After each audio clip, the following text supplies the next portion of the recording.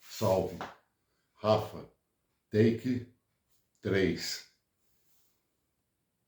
A história que eu vou contar pode parecer ordinária, banal, vulgar. Uma coisa corriqueira. Mas antes era o inédito, era o extraordinário, era a floresta escura, a mata escura, tenebrosa. Ninguém sabia. Ninguém sabia quais os perigos de adentrar nessa mata. Fora os felinos enormes, cobras imensas, relatos de cobras imensas. Fora jararaca, urutu tapete, urutu cruzeiro, cascavel, fora essas coisas, de que tinha cobras gigantes que habitavam aquelas matas. Felinos. Além disso, toda a lenda mística, misticismo, temiam lendas. Tinha pai da mata, mãe da mata, caipora, curupira, saci, pererê, corpo seco. Então era totalmente desconhecido, né? E como eu disse no capítulo anterior, por poucas pessoas, né, que adentravam aquelas matas. Mas então era uma coisa há 50 anos atrás, quase, meio século. Aquele tempo ainda estava no passado ainda, no século XVIII, né? Praticamente inexplorado mesmo, esses grandes picos, né? Então é isso, eu acordei lá naquele dia, no terceiro dia, e já descendo, passei na casa da Dona Maria, contei para a Dona Maria as histórias. Tinha a Dona Maria lá do Pico Pedra do Frade, do seu Itelvino, Bananal, Pico Pedra do Frade, mas escutava, falava, estava sempre presente, né? E o seu Itelvino conversava e tal. Lá a Dona Maria do seu Zé Ramos, lá no Paiolinho, Passa Quatro, né, no Pico Pedra da Mina, o Teto da Mantiqueira, também falava pouco, né, tanto o seu Etelvino quanto o seu Zé Ramos se divertiam, né, davam muita risada e conversava. Já o seu Afonso lá no Maris, não, já era mais pausado, mais calado, ele dava mais uns flashes, né, na história, umas observações, né, a visão dele da história. E a Dona Maria, a mulher dele, falava, era falante, contava história, emitia opiniões, e era uma barata, Dona Maria, viu? Uma casinha muito linda, tudo em volta de flores, coisa mais linda. Então eu passei lá, almocei com ela lá, com eles lá, e desci, até era um pouco tardio. Ela falou para ficar lá, mas eu preferi estar descendo, né? E ainda pensei que pode acontecer. Tinha tido com a onça, com um macaco dourado, a onça negra, de olhos flamejantes. A gente já fala assim, para não acreditar mesmo, mas é real. O olho, a luz vermelha dos olhos dela clareava a moita escura de vermelho. E tudo aquilo, né? Aquele susto com o passarinho saci, né? Que me deu assoviando. E todas essas emoções, aí desci, o que mais podia acontecer? Desci e cruzando a serra em direção, não tinha estrada. Lá para o bairro dos Marins, seriam 5 quilômetros de trilha, entre mata, campos, né? E cruzando a serra, né, na lateral da serra, uns 100 metros da crista, né? Daquela crista, andando em paralelo com a crista, eu vi quando virou do alto lá aquele tropel, né? Pá, pá, pá, pá, e descendo aquela tropa, né? Barulho de tropa, aí eu puxei o facão da bolsa e pulei na moita e falei, seja lá o que for, vai passar por cima de mim, que eu tava contra o vento, e eles descendo correndo. Vai passar por cima de mim aqui, que eu vou ficar escondido aqui. E agachei e fiquei quieto. Quieto e eles descendo aquele tropel. Descendo, eu vi a hora que arrastou. O da frente arrastou, sentiu a minha presença, o cheiro, não sei, eu tava contra o vento. Sei que ele arrastou, desceu arrastando, ele parou e arrastou uns 5, 6 metros, 10 metros, sei lá. Ele arrastou o mato, freou e parou. Parou e eu aqui ligado nele, que tinha tava com aquela ideia ainda do livro Lobisang Rampa, Sexta-feira Lobisang Rampa, que falava de outros sentidos que não era visão. Aí fiquei só no ouvido, ligado nele, que tinha parado ali, que deu aquela freada. No que ele freou descendo, já veio uns 4 atrás também e arrastaram freando, e o da frente quieto. E os de trás vieram e começaram a rodear e rosnar. Rodear e rosnar, rodear e rosnar. E eu, nossa, tô tendo convívio com um animal selvagem, tal, final da década de 70, tinha tido muita devastação, então me sentindo assim, privilegiado de estar vendo aquela coisa, né? Aí o rodear e rosnar, imaginando cachorro.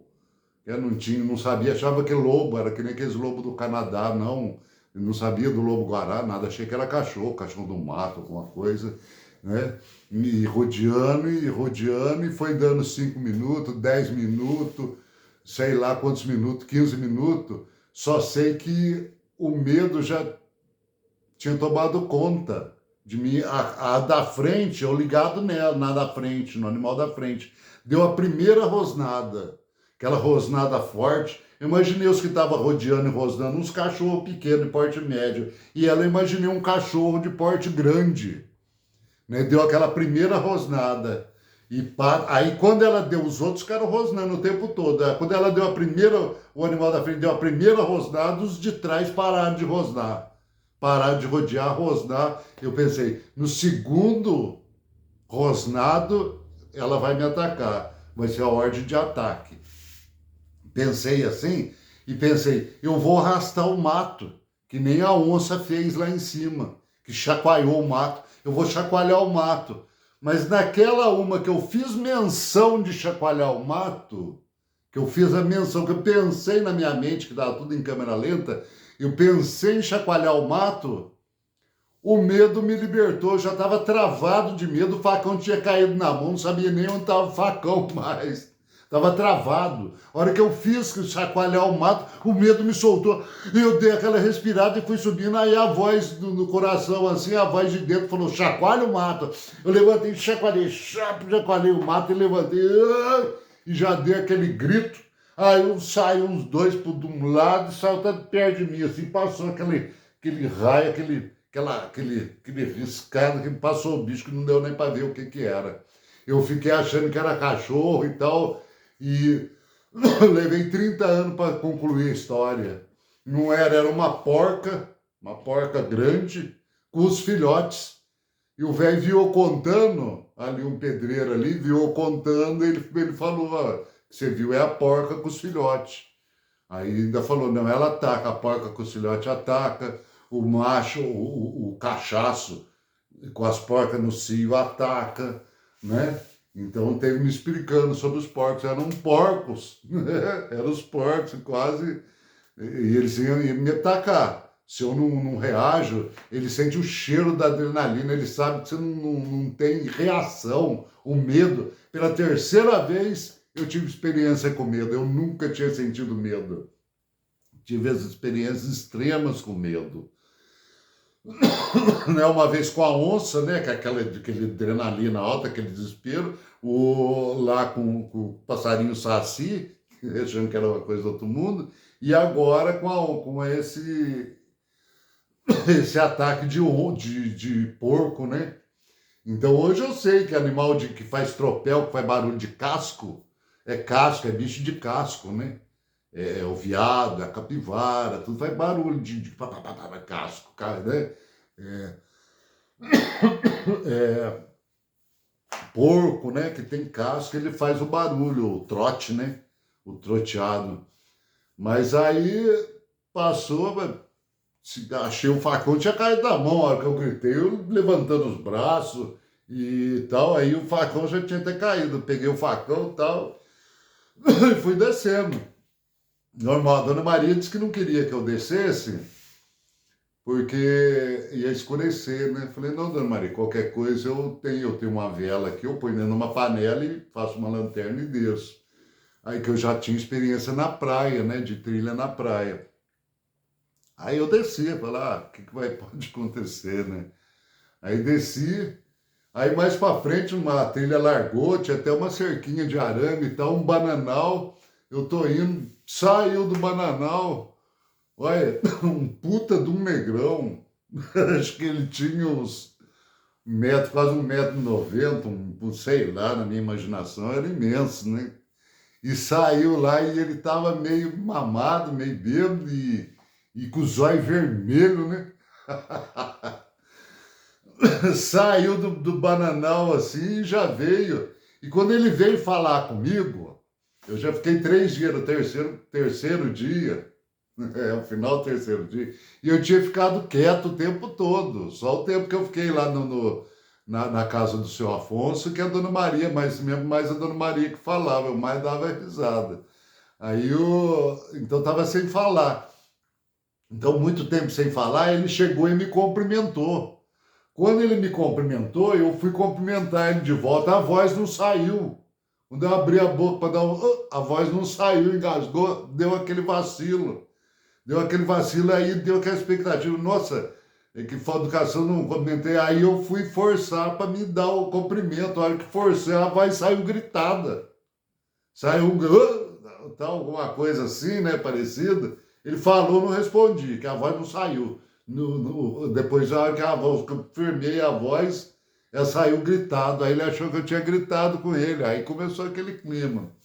E começamos a andar, trilha lá, quase uma estradinha nessa parte, passava uns campos, depois entrava na floresta de novo. Aí, andando, e o moleque novo, né? Moleque novo nervoso. Hoje não, a gente tá mais experiente lá no sul do Pará, não, no norte do Pará, eles chamam de manso, né? Que o caboclo é um carimpeiro manso, é mateiro manso, é experiente, né? Então hoje a gente já tá mais manso. Mas no tempo não era nervoso, né? Moleque novo.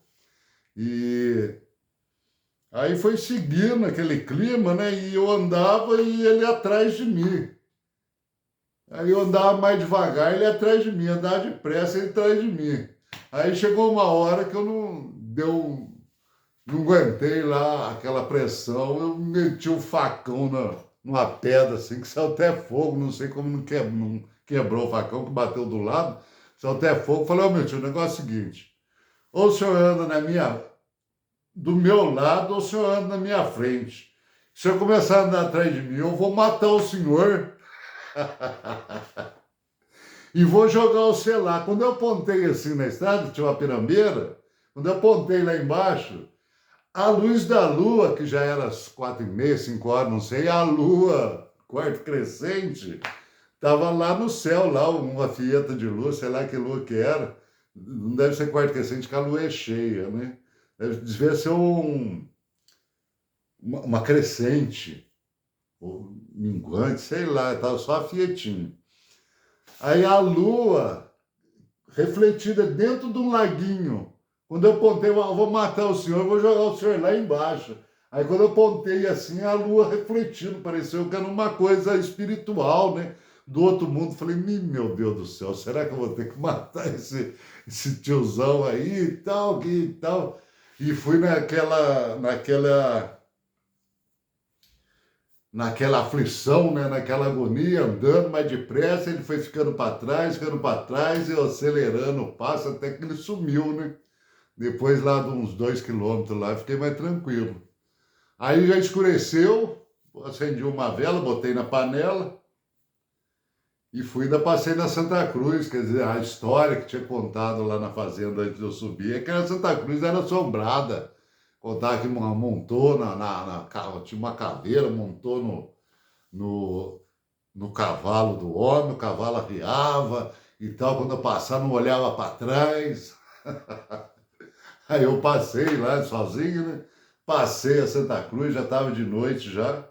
Passei a Santa Cruz, andava uns 10 metros assim, mas eu vou olhar, disse que não pode olhar para, vou olhar para trás. Eu queria ver a assombração lá. E olhava para trás, nada e tal. Aí passei, mais para frente, já era noite, já estava bem ruim de andar, muito escuro. Aí, mais para frente, quando eu tinha vindo, uma das poucas dicas que eu recebi foi: olha, você sempre olha para trás, para você enxergar a volta. Então, a pessoa que me ensinou pediu para mim olhar para trás para ver o panorama, o cenário da volta. E eu, quando eu estava vindo, eu olhei para trás e vi uma casinha, um casebre do lado. Aí eu sabia que ia ter lá, eu achei ele à noite, entrei, acendi um foguinho lá, alguma coisa, e dormi ali. Essa foi, eu ia, a primeira vez, né, que eu subi o Pico dos Marins, as montanhas. Ainda levei mais duas excursões para me chegar no topo, né, que eu vou até fazer mais um capítulo rápido falando dessas excursões. Então é isso, é o final do terceiro dia, né? E eu quero agradecer todo mundo, os seguidores, né? Pessoal, que fiquei tanto tempo sem postar nada e tem tanta coisa para a gente falar, a gente tem experiência, eu vejo tanta gente aí que não tem nada a ver, que faz um sucesso e a gente que é pioneiro em sobrevivência e todos esses ramos derivados aí de fauna e flora, a gente já é das antigas nisso, a gente é vem do século XVIII. Então, agradecer e dizer que quando eu digo Rafa é meu filho, Take 3, é que o Rafa vai pegar essas histórias e vai fazer, por inteligência artificial, vai fazer um livro. Então, mas eu quero agradecer aí o pessoal que ficou, né? E de boa, só para não almejo nada, né? Que o YouTube me poda muito, porque eu emito muita opinião e tal, e aquelas coisas de Facebook, vivo sempre bloqueado, já me baniram do Instagram, né? Então o YouTube não divulga esses vídeos, nada. Então é mais um papo nosso mesmo. Então curte aí para mim saber que vocês estão ligados na história aí, que eu vou postar mais vídeo, vou animar. Um comentário aí para a gente alongar essa conversa, né? Se precisar de informação, Mantiqueira e Bocaina, a gente é nascido, é criado, e eu explorei toda a Mantiqueira, toda, os grandes picos da Mantiqueira, né? Tudo na época em que nada era óbvio, nada era marcado, né? Não tinha dica nenhuma, né? Então, são essas aventuras, isso que é o extraordinário, né? O inédito, né? Então é isso. Essa é a parte do terceiro dia. Então, vamos bola para frente e valeu mesmo. A dica que eu dou é: sobe uma montanha, faz uma trilha, né? Tem esse convívio com a natureza, experimentar essas sensações, né? Então, valeu, galera. É isso, é nozes.